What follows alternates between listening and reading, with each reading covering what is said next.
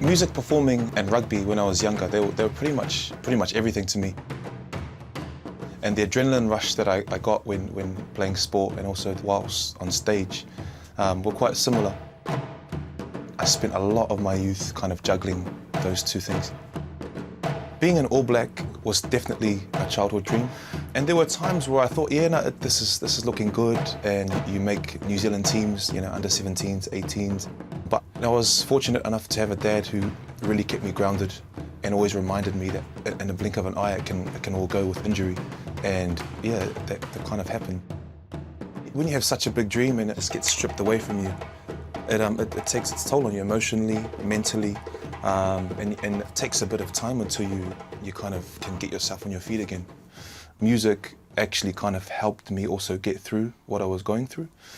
The more that I used the music to kind of, you know, express how I was feeling, the more I realized, hang on, this is actually something that I really love doing, and I want to take it further. My Lion King audition, there was about 5 or 6 of them all up before I actually first got cast. I knew when going into that how much I wanted it. And I got to a point where I wanted it so much where if someone offered me a All Black jersey and the Simba, I would have taken Simba. Go ahead, Ava, start us off. He had comparable, wonderful body mass. He was agile. He was the perfect Simba, physically.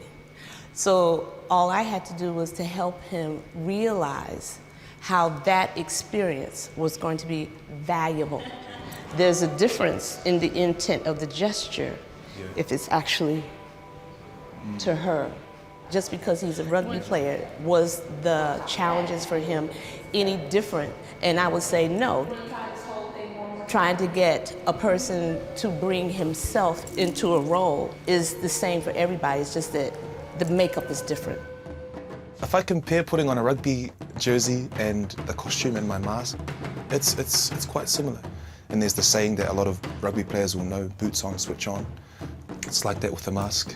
You put it on and you become and embody Simba.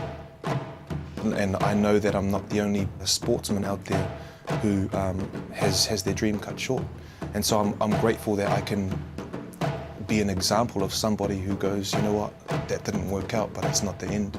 And I hope that people can look at my journey and go, you know what, it's not the end, I can do something else. And so I'm grateful that my journey can do that for people.